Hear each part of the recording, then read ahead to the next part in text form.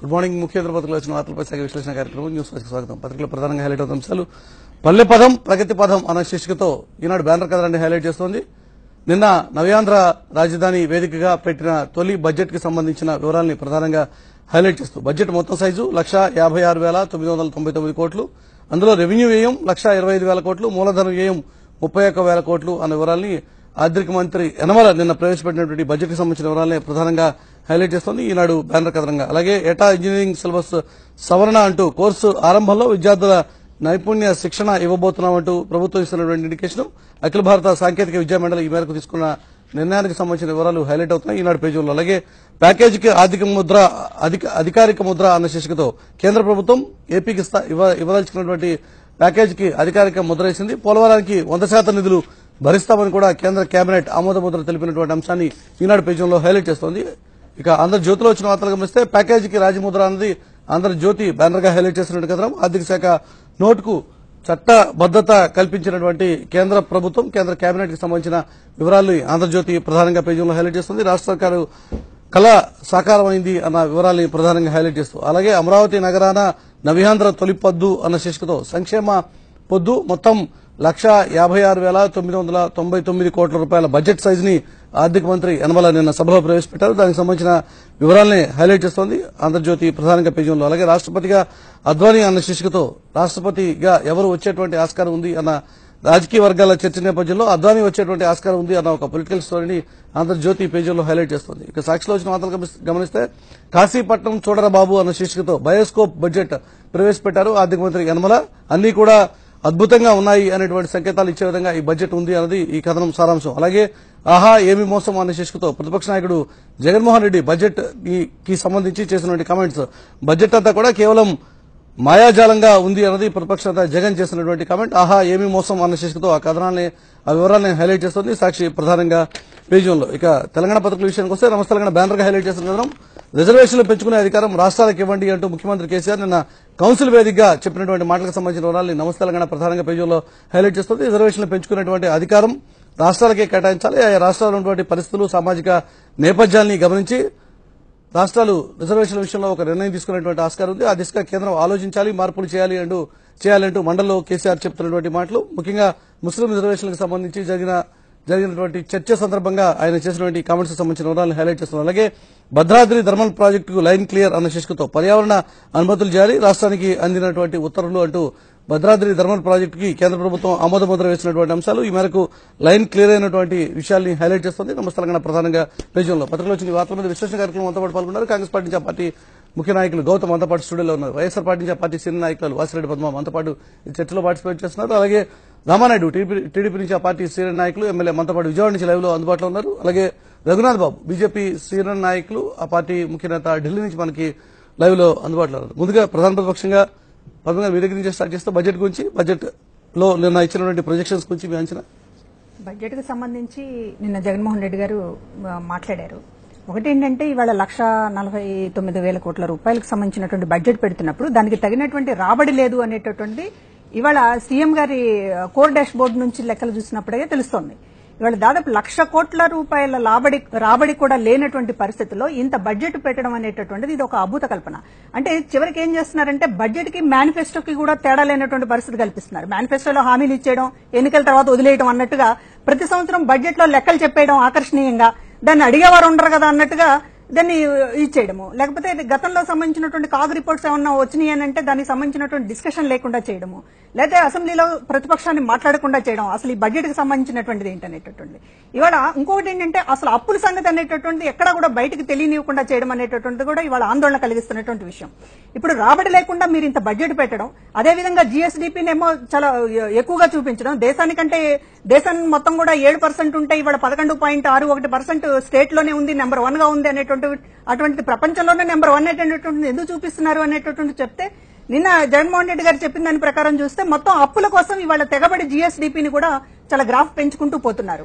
5% కు మించిపోయినాయి ఇవాళ జీఎస్డీపీలో అప్పుల శాతం అనేటటువంటిది కూడా. ఈ రకంగా చేయడం వల్ల ఏం చేస్తున్నారు అనేటటువంటి చూసుకుంటే తమ పబ్బం గడుపుకుంటే చాలు, తమ పరిపాలన మ్యాండేట్ ఇచ్చినటువంటి 5 ఏళ్లలో లెక్కలు చూపించుకుంటే చాలు అనేటటువంటి పద్ధతిలో చంద్రబాబు నాయుడు గారి గవర్నమెంట్ వెళ్తోంది. ఇవాళ గతంలో బడ్జెట్ కి సంబంధించినటువంటి కేటాయింపులు ఏం జరిగినాయి అనేటటువంటి చూస్తే ఇవాళ ఎంత డొల్లతనంగా ఇవాళ బడ్జెట్ అనేటటువంటి ప్రవేశపెడుతున్నారో తెలుస్తుంది. అంటే బల్లలు చరవడం అనేటటువంటి చప్పట్లు కొట్టడం, బల్లలు చరవడం అనే దానికి ఉంటే సరిపోతుంది అనేటటువంటిదే తప్ప అసలు రాబడి ఎంత, ఆదాయం ఎంత, దీనికి సంబంధించినటువంటి ఏం చేస్తున్నారు అనేటటువంటిది ఎక్కడా కూడా పొంతన లేకుండా ఉంది. అదేవిధంగా సంక్షేమానికి సంబంధించినటువంటిది ఇవాళ ఈ బడ్జెట్ అనేటటువంటిది రైతులకు సంబంధించి మొదటి సంతకం ఏదైతే ఉందో వ్యవసాయ రుణమాఫీ అనేటటువంటిది దాన్నే ఇవాళకి ఫుల్ఫిల్ చేయలేకపోతున్నారు.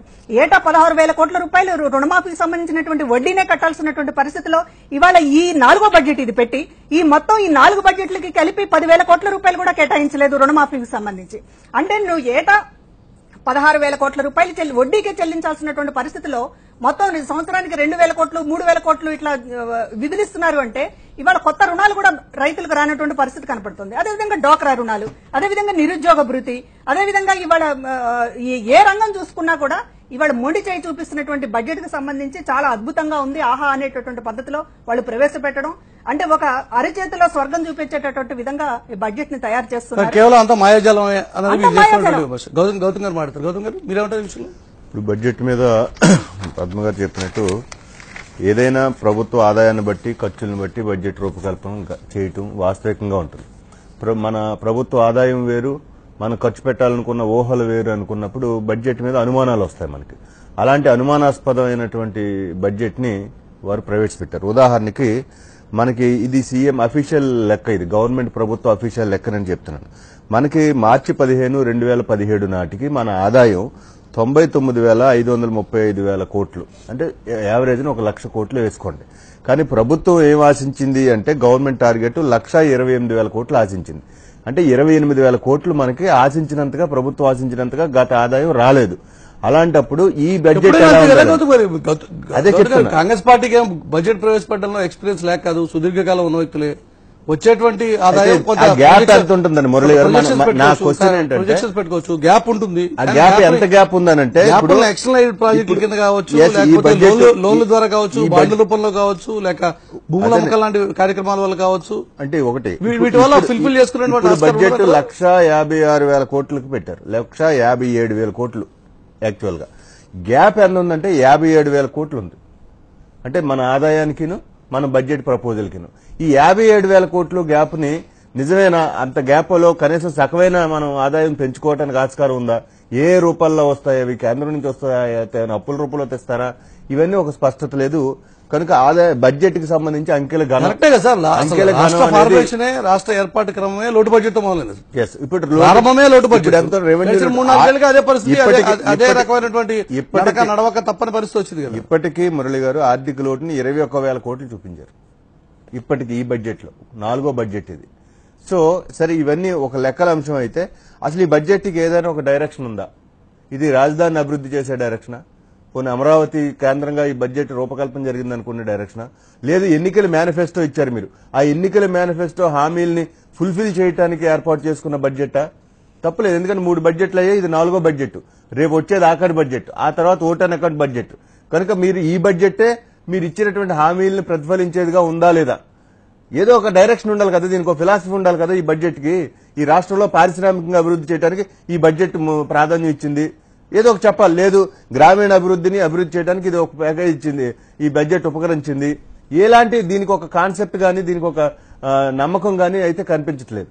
ఉదాహరణకి పద్మగా చెప్పారు, ఒక మేనిఫెస్టో అంశాలని ఫుల్ఫిల్ చేయడం బడ్జెట్ యొక్క బాధ్యత. ఎందుకంటే ప్రభుత్వం వాళ్ళు ఎన్నికలు వచ్చే ముందు చాలా హామీలు ఇచ్చారు. రైతుల రుణమాఫీ దగ్గర నుంచి డ్వాక్రా రుణమాఫీలు, నిరుద్యోగ భృతి, మొత్తం ఆరోగ్యశ్రీలు, ఇలాంటివన్నీ చాలా ఉన్నాయి. అవన్నిటినీ మీరు నేను ఒకటే చదివితే, ఇప్పుడు రైతుల రుణమాఫీ మీరు 3,600 కోట్లు కేటాయించారు. ఎంతకీ నుంచి 87,000 కోట్ల నుంచి 24,000 కోట్లు కుదించి 5 నెలల్లో మీరు ఇచ్చేస్తాం, రుణమాఫీ చేస్తామని చెప్పి గతంలో 10,600 కోట్లు ఇచ్చి మళ్ళీ ఇప్పుడు 3,600 కోట్లు ఇచ్చారంటే ఈ మొత్తం అమౌంట్ మొత్తంగా రుణమాఫీ చేసిన రైతుల రుణాలకు సంబంధించిన వడ్డీలు కూడా సరిపోదు. అంటే రుణమాఫీ విఫలమైనట్టే కదా. మీరు ఇచ్చిన హామీని ఈ బడ్జెట్ లెక్కల ప్రకారం మీ ఆర్గ్యుమెంట్ చెప్పారు కదా. రమణారెడ్డి గారు ఏం చెప్తారు? కేవలం మాయాజాలం, లెక్కల్లో చాలా గంభీరంగా చూపించేటువంటి ప్రయత్నం తప్ప వాస్తవాలకి దూరంగా ఉంది ఈ బడ్జెట్ అన్నది విపక్షాల మాట. మీ రియాక్షన్? ఈరోజు ఏదైతే చారిత్రాత్మకమైనటువంటి నగరం అమరావతిలో మళ్ళీ 2000 సంవత్సరాల తర్వాత మనం కొత్త శాసనసభలో పెట్టుకున్నటువంటి మొట్టమొదటి బడ్జెట్ ఏదైతే ఉందో ఆ బడ్జెట్ ఈ రోజు మరి రైతుల పక్షపాతిగా, పేదల పక్షపాతిగా, అందులో కూడా ప్రత్యేకించి యువతకు పెద్దపీట వేస్తూ ఉన్నటువంటి బడ్జెట్ గా ఈ రోజు మనందరం కూడా అభివర్ణించవచ్చు. ఎందుకంటే ఈవేళ మనం చూసాం ఏదైతే ఈవేళ పేదలకు సంబంధించి రేషన్ కు సంబంధించి 2800 కోట్లు గాని, పెన్షన్ కు సంబంధించి 4376 కోట్లు గాని, ఎన్టీఆర్ వైద్య సేవ నుంచి 1000 కోట్లు గాని, మరి అదేవిధంగా విద్యుత్ సబ్సిడీలకు సంబంధించి 3300 కోట్లు గాని, గృహ నిర్మాణానికి సంబంధించి 1456 కోట్లు గాని, మరి అదేవిధంగా మరి ఈ యొక్క రైతు రుణమాఫీకి సంబంధించి 3600 కోట్లు గాని, డోక్రాకు సంబంధించి 1600 కోట్లు గాని, అంటే ఈ రకంగా పేదలకు సంబంధించినటువంటి సంక్షేమానికి, అభివృద్ధికి వేళ పెద్దపేట వేస్తున్నటువంటి బడ్జెట్ కి ఇది మనం పరిగణించవచ్చు. అదేవిధంగా ఈవేళ ఎవరైతే అక్కడ ఉన్నటువంటి పద్మ గారు గాని ఎవరైతే చెప్తూ ఉన్నారో ఈవేళ రైతు రుణమాఫీ ఈవేళ వాస్తవం చూసినట్లయితే గతంలో రాజశేఖర రెడ్డి గారు జరిగినప్పుడు రైతు రుణమాఫీ ఏదైతే జరిగిందో కేవలం 10% మందికి మాత్రమే ఆ రోజు రైతు రుణమాఫీ చేశారు.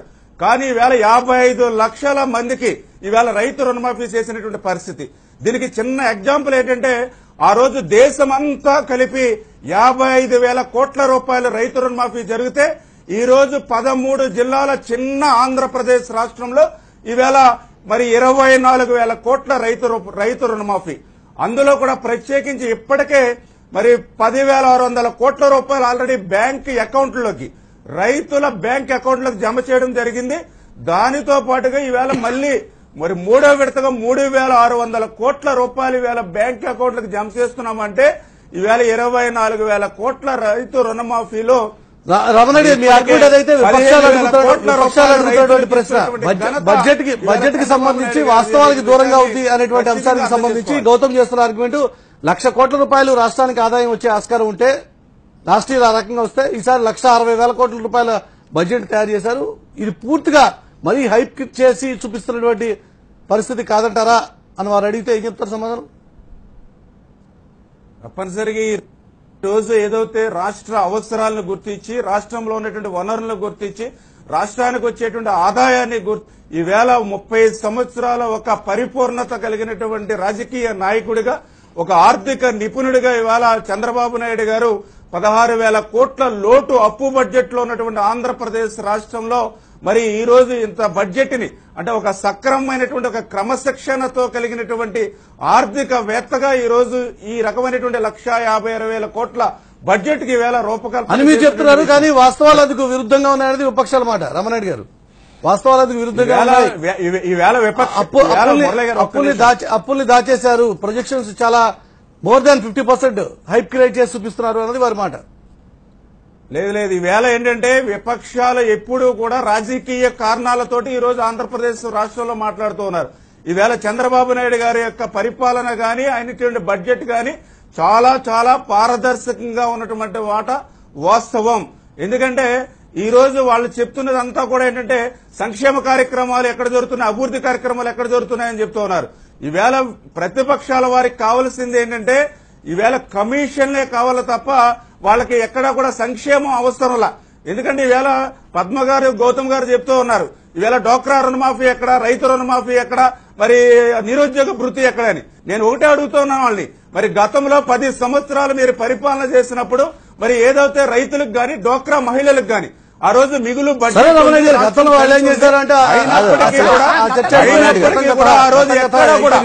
ఇప్పుడు లోటు బడ్జెట్ గాడిలో పెట్టబోతున్నారు. ఆ విషయం గురించి రఘునాథబాబు గారు కూడా మాట్లాడారు. రఘునాథబాబు గారు, మీరేమంటారు ఈ విషయంలో బడ్జెట్ గురించి మీ కామెంట్స్? ఇప్పుడు మొట్టమొదటిగా మన కొత్త రాజధానిలో మొట్టమొదటి బడ్జెట్ పెట్టుకోవటం సంతోషకరం, ఆహ్వానించాల్సినటువంటి పరిణామం. విభజన తర్వాత ఈ రాష్ట్రానికి ఎంతో లోటు ఉన్నప్పటికి కూడా ఇవాళ దాదాపు 1,50,000 కోట్ల రూపాయల బడ్జెట్ పెట్టుకోగలిగా ఉంటే చాలా సంతోషం. అయితే దీని మీద ఇప్పుడు లేని ఆదాయం చూపించి వస్తుందనే చెప్పి కొంత చెప్పారనేది గౌతమ్ గారు అంటున్నారు. ఒకప్పుడు రోజీ గారు ఆర్థిక మంత్రికి ఉన్నప్పుడు 1,00,000 కోట్ల బడ్జెట్ పెట్టినప్పుడు కూడా అప్పుడే అసలు ఇది మొదలైంది. లేదు ఉన్నదానికన్నా ఎక్కువ చేసి చూపించడం. అయితే అది ఒకవేళ అటువంటిది ఉంటే దాన్ని లెక్కలు అడగొచ్చు, పోయిన సంవత్సరం ఎంత వచ్చింది అనేది దాన్ని విమర్శించవచ్చు. అయితే ఈ బడ్జెట్ లో ముఖ్యంగా ఇచ్చినటువంటి లెక్కల ప్రకారమే 99,000 కోట్లు అంటే సుమారుగా 1,00,000 కోట్లు వస్తే 1,56,000 కోట్లు చేసి చూపించారు. అంటే ఇంత హైప్ క్రియేట్ చేసి చూపించడం అవసరమా అన్నది ప్రతిపక్ష నాయకుడు గాని కాంగ్రెస్ పార్టీ అడుగుతున్నటువంటి లాస్ట్ ఇప్పుడు అది ఎప్పటికీ 15th మార్చికి 31st మార్చికి ఇంకొంత వస్తుంది. 15 రోజుల్లో 30,000 కోట్లు వచ్చేస్తాయి. దాదాపు 50,000 కోట్లు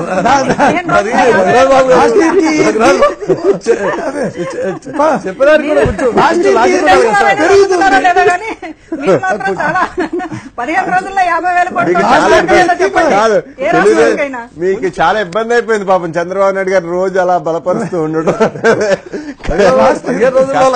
తీరుకి ఆదాయం పెరుగుతుంది కదా. ఇప్పుడు 15% పెరుగుతుంది కానీ 30 పెరిగిపోద్దంటే. కాబట్టి నేను అనేది అసలు ఇది మొదలు పెట్టిందే రోసే గారు. సార్ పోనీ రోసే గారు జమానా అయిపోయింది సార్. ఇప్పుడు నడుస్తుంది బీజేపీ టీడీపీల జమానా. ఇప్పుడు ఇది 4వ బడ్జెట్. పోనీ ఇదేమి కొత్తగా ఇప్పటికిప్పుడు ఇవాళకి వాళ్ళు పుట్టినటువంటి బడ్జెట్ కాదు, 4వ బడ్జెట్ ఇది. అటు కేంద్రం కావచ్చు, ఇటు రాష్ట్రం కావచ్చు.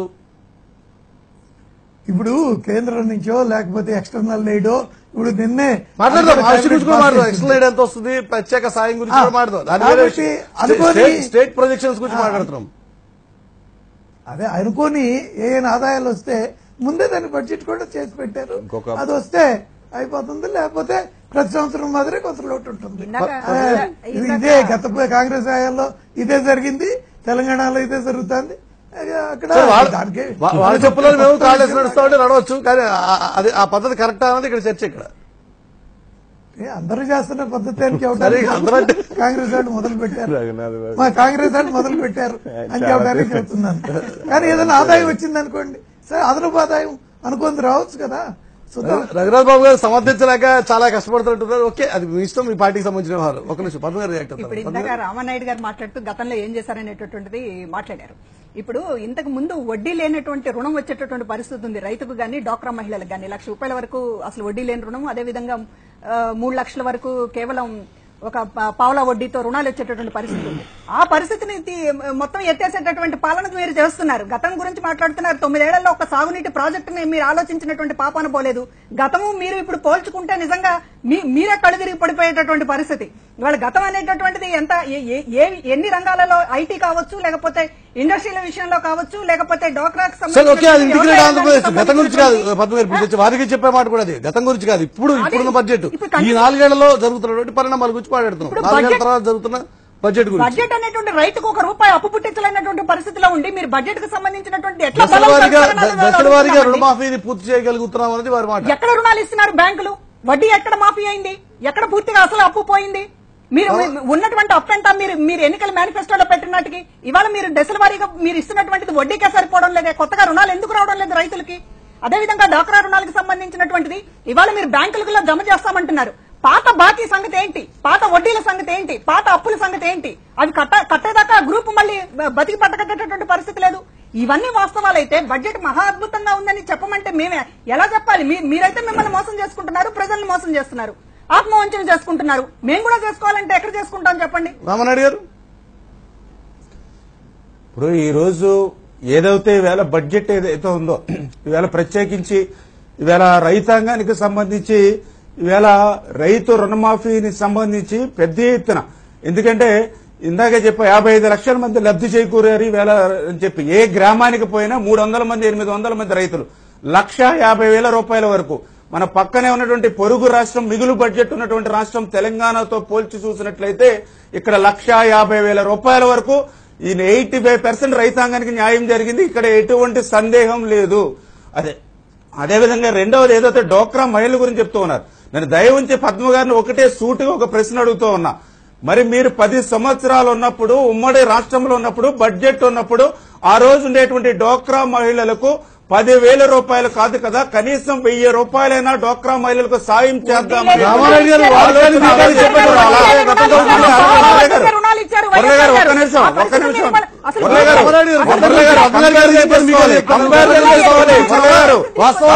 చేసుకోవాలి.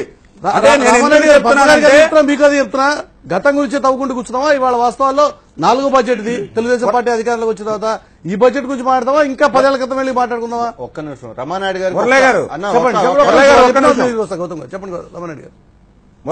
మురళీ గారు ఒక్క నిమిషం చెప్పండి. అంటే నేను చెప్పేది ఏంటంటే మనం ఇవాళ డోక్రా గురించి రైతు గురించి మాట్లాడుకున్నప్పుడు కంపారిజన్ చేసుకోవాల్సిన అవసరం ఖచ్చితంగా ఉంది.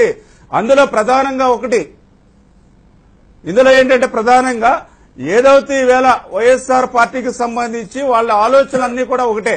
ఈవేళ డోక్రా మహిళలకు వాళ్ళకి బ్యాంక్ అకౌంట్ లో జమ చేసిన, ఈవేళ రైతులకు సంబంధించి రుణాలకు సంబంధించి బ్యాంకుల్లో అమౌంట్ జమ చేసిన, అదేవిధంగా ఈవేళ నిరుద్యోగ భృతి పేరు చెప్పి ఈవేళ యువతకు బ్యాంకుల్లో అమౌంట్ జమ చేసినా కూడా వాళ్ళకి కమిషన్లు రావు, కేవలం మట్టి పనులు లాంటివి చేస్తేనే కమిషన్లు వస్తాయనేటువంటి ఆలోచనతో ఇవాళ వైఎస్ఆర్ పార్టీ ఉంది. ఇది వాస్తవం. అందుకనే ఈ రోజు ఏదో ప్రాజెక్టుల గురించి చెప్తూ ఉన్నారు వాళ్ళు. ఎక్కడ కూడా కాలువలు కలవట్లు కట్టకుండా కేవలం మట్టి పనులు చేసుకుని ఆ రోజు ప్రాజెక్టుల గురించి చెప్పారు వాళ్ళు. ఈ రోజు వాస్తవం ఇవన్నీ కూడా వాస్తవం. నీళ్లు వదిలారు ఆ రోజు తవ్విన కాలువల్లోనే మీరు పట్టుసీమ నీళ్లు వదిలారు. గాలేరు నగర్ పంపులు తిప్పుతున్నారు ఇప్పుడు. పట్టిసీమ వల్ల ఈవేళ 10 లక్షల ఎకరాలకు ఈవేళ డెల్టా స్థిరీకరణ. ఈవేళ కృష్ణా డెల్టాకు పోతే 10 లక్షల ఎకరాలకు ఈవేళ సాగునీరు అందింది. ఈవేళ డెల్టా స్థిరీకరణ జరిగింది. ఈవేళ కృష్ణా డెల్టా స్థిరీకరణ. రమానాయుడు గారు చెప్పండి. గంట కృష్ణా జిల్లాలో రమానాయుడు గారు ఒకే ఒక్క ప్రశ్న మిమ్మల్ని అడుగుతున్నా. మీరే చెప్పారు రైతు రుణాల గురించి చాలాసేపు చెప్పారు. నేను ఒకే ఒక్క ప్రశ్న దానికి ఆన్సర్ చెప్పండి. మీరు మొత్తం 87,000 కోట్ల రుణాలని 24,000 కోట్లు కుదించారు. ఫ్యాక్ట్ కాదా? అవునా కాదా? మీరు 24,000 కోట్లనే మీరు చెప్పారు. ఇప్పుడు 4వ బడ్జెట్ లో మొత్తం ఈ 3 బడ్జెట్లు ఈవేళ బడ్జెట్ కలిపి మీరు 12,200 కోట్లు ఇచ్చారు రైతుల రుణమాఫీకి. అంటే 24,000 కోట్లు అది సగం. అంటే ఇంకొక 3 బడ్జెట్లు అయితే తప్ప మీరు అనుకున్న 24,000 కోట్లు కూడా ఇదే జమా ప్రకారం రైతులు రుణమాఫీ చేయలేరు. నెక్స్ట్ మీకు ఒక బడ్జెట్ ఉంది, తర్వాత బడ్జెట్ లేదు కనుక ఓటాన్ అకౌంట్ బడ్జెట్ అవుతుంది. కనుక మీరు రైతుల రుణమాఫీని 24,000 కోట్లలో 12,000 కోట్లు ఇస్తే సగం కూడా ఇవ్వలేదనేది మీ బడ్జెట్ లెక్కల ప్రకారమే వాస్తవం కదా. మేము విమర్శలు చేయాల్సిన అవసరం ఏముంది? రమానాయుడు గారు రుణమాఫీ గురించి మీరు ఎలా చెప్తారు? మీరు సంపూర్ణంగా 24,000 కోట్లు చేసేసామని మీరు చెప్తే మేమెందుకు నమ్మాలి? లేకపోతే చూసేవాళ్ళు ఎందుకు నమ్మాలి? చదివేవాళ్ళు ఎందుకు నమ్మాలి? ఫ్యాక్ట్ లెక్కలే కదా, బడ్జెటే కదా. బడ్జెట్ లో లేని ఎక్కడో చెత్త పెట్టలేదు కదా మీరు. చెప్పండి రమానాయుడు గారు. సార్ ఇప్పుడు గౌతమ్ గారు ఒక విషయాన్ని చెప్తూ ఉన్నారు. ఏదైతే ఈవేళ ఆంధ్రప్రదేశ్ రాష్ట్రంలో 87,000 కోట్ల రూపాయలు రైతులకు రుణం ఉందని చెప్పి ఈవేళ గౌతమ్ గారు గాని ఈవేళ ప్రతిపక్షాలు గాని అర్థం చేసుకోవాల్సిన విషయం ఒకటి ఉంది. ఈవేళ ఆంధ్రప్రదేశ్ రాష్ట్రంలో అంటే కేవలం రైతాంగానికి సంబంధించే కాక పారిశ్రామికంగా తీసుకున్నటువంటి విషయాల్లో గాని ఇతరత్ర అవసరాలు తీసుకున్నటువంటి విషయంలో గాని రాష్ట్రంలో ఉన్నటువంటి అన్ని అప్పులను కలిపి వాళ్ళు 87,000 కోట్లు చెప్తూ ఉన్నారు. మేము ఈవేళ ఏం చెప్తున్నామంటే ఏదైతే రైతాంగానికి ఏదైతే వ్యవసాయ అవసరాలకు నిమిత్తం సంబంధించినటువంటి అప్పులు ఏవైతే ఉన్నాయో ఆ అప్పులను జమ కట్టి 24,000 కోట్ల రూపాయలు రుణమాఫీ చేస్తూ ఉన్నాం. ఒక్క విషయాన్ని ఈవేళ గౌతమ్ గారు అర్థం చేసుకోవాలి. మీరు చెప్పినట్లుగా ఒక్క ఆంధ్రప్రదేశ్ రాష్ట్రంలోనే 87,000 కోట్ల రూపాయలు రైతు రుణాలుంటే మరి ఆ రోజు భారతదేశం అంతా కలిపి 55,000 కోట్ల రూపాయలు మాత్రమే మీరు ఎందుకు రుణమాఫీ చేశారు? అందుచేత మీరు చెప్పేటువంటి లెక్కలు తప్పు. మీరు కేవలం వ్యవసాయ ఆధారితమైనటువంటి రుణాలను మాత్రమే పరిగణలోకి తీసుకోవాల్సినటువంటి అవసరం ఉంది. గౌతమ్ గారు దయవుంచి నేను గమనించాలి. గౌతమ్ లెక్కల ప్రకారమే మీరు చెప్పినటువంటి లెక్కల ప్రకారం తీసుకున్నా కూడా 24,000 కోట్ల రూపాయలు మాత్రమే వ్యవసాయ రుణాలు అనేది మీరు చేస్తున్నటువంటి ఆర్గ్యుమెంట్. మిగతా 87,000 కోట్లు 24,000 కోట్లు అని 24,000 కోట్లలో కూడా ఇంటర్ 4 విడతల బడ్జెట్ పూర్తయిన తర్వాత కేవలం సగం మాత్రమే అంటే 12,000 కోట్ల రూపాయలు మాత్రమే మీరు చేస్తున్నారు. ఇంకా మిగతా 12,000 కోట్ల మాట ఏంటి అన్నది మరి మరో ప్రశ్న. ఏం చెప్తారు? ఒక రోజు సమాజం చెప్పిందో మీకు వస్తుంది. రమణాయుడు గారు మీరు ఇప్పుడు ఏదైతే ఈవేళ 24,000 కోట్ల రూపాయలు రైతు రుణమాఫీకి ఇలా కట్టుబడే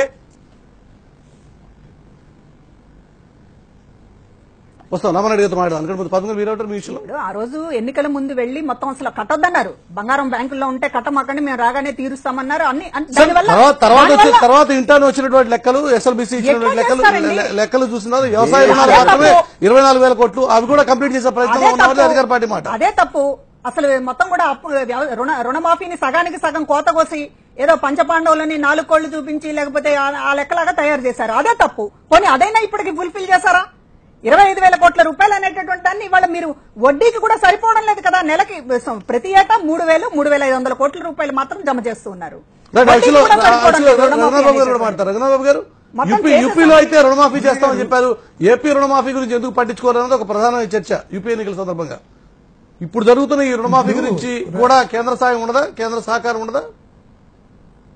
ఇప్పుడు మొత్తం రుణాలు 87,000 కోట్లు ఏదో అది చెప్పారనుకోండి, కానీ ఈ ప్రభుత్వం 26,000 కోట్లకు మాత్రమే ఇస్తామనేది అది ఖరారు చేసింది. ఒకవేళ ఏదన్నా ఉంటే ఆ రోజే ఆర్గ్యుమెంట్ అయిపోవాలి. ఇకపోతే వాళ్ళ పాయింట్ 50,000 లోపు వాళ్ళకి మొదటి దఫాలోనే ఇచ్చారు. అంటే మెజారిటీ పీపుల్ కి పూర్తి రుణమాఫీ అయిపోయింది. కొద్ది మంది ఎక్కువ అమౌంట్ ఉన్న వాళ్ళకి ఇప్పుడు ఇది ఈ సంవత్సరం 3,600 ఇచ్చారు కాబట్టి దీనిలో ఇస్తారు. కాబట్టి మెజారిటీ రైతులు ఆల్రెడీ సాటిస్ఫై అయ్యారు. వాళ్ళ అమౌంట్ పూర్తిగా వచ్చేసింది. ఇక ఎక్కువ ఉన్న వాళ్ళకే కదా కాస్త నిదానంగా వస్తా ఉంది. కాబట్టి ఉన్నటువంటి లోటు బడ్జెట్ లో ఎక్కువ వాళ్ళకే అనేటువంటి ఒక మాటతో మొత్తం ఇష్యూని పక్కకు పెట్టాల్సినటువంటి అవసరం కూడా లేదు కదా రఘునాథబాబు గారు. ఎక్కువ వాళ్ళు అనేటువంటి ఒక మాట చెప్పి 50% కంప్లీట్ కాలేదు అనేది గౌతమ్ గారు ఆర్గ్యుమెంట్. వడ్డీ కట్టలేక అప్పు కట్టలేక డిఫాల్టర్ గా మారడం వల్ల మన బడ్జెట్ లో చూసుకున్నా కూడా ఇది మన పర్సనల్ ఏదో గౌతమ్ చెప్తున్న లెక్కలు కాదు, గవర్నమెంట్ లెక్కల ప్రకారమే నేనేం చెప్తున్నాను. 24,000 కోట్లకు మీరు కుదించేశారు, అయిపోయింది. ఈ ఆల్రెడీ 4వ బడ్జెట్ వచ్చింది, మీరు ఇచ్చింది 12,000 కోట్లే. ఇంకో 4 బడ్జెట్లు అవుతుంది మీరు ఇచ్చేది 24,000 కోట్లు కూడా ఇవ్వాలంటే. అంటే నెక్స్ట్ 2029 అంటే 19-24 వరకు మీరు ఇప్పుడు 50,000 రూపాయలు కాదు రఘునాథబాబు గారు. ఇప్పుడు రైతుల్ని డిఫాల్టర్ గా చూడడం వల్ల బ్యాంకులు కొత్తగా రుణాలు ఇవ్వనటువంటి పరిస్థితి ఉన్నప్పుడు అసలే రాష్ట్రం అంతా కరువు పరిస్థితి ఉంది. పెట్టుబడులకు సంబంధించినటువంటి బ్యాంకులు రుణాలు ఇవ్వడం లేదు. వాళ్ళు రైతుల్ని డిఫాల్టర్ గా మార్చారు. ఈ మొత్తం సిస్టమ్ మీద మీరు మాట్లాడకుండా ఎంతో కొంత ఇచ్చారు కదా అనే రామారెడ్డి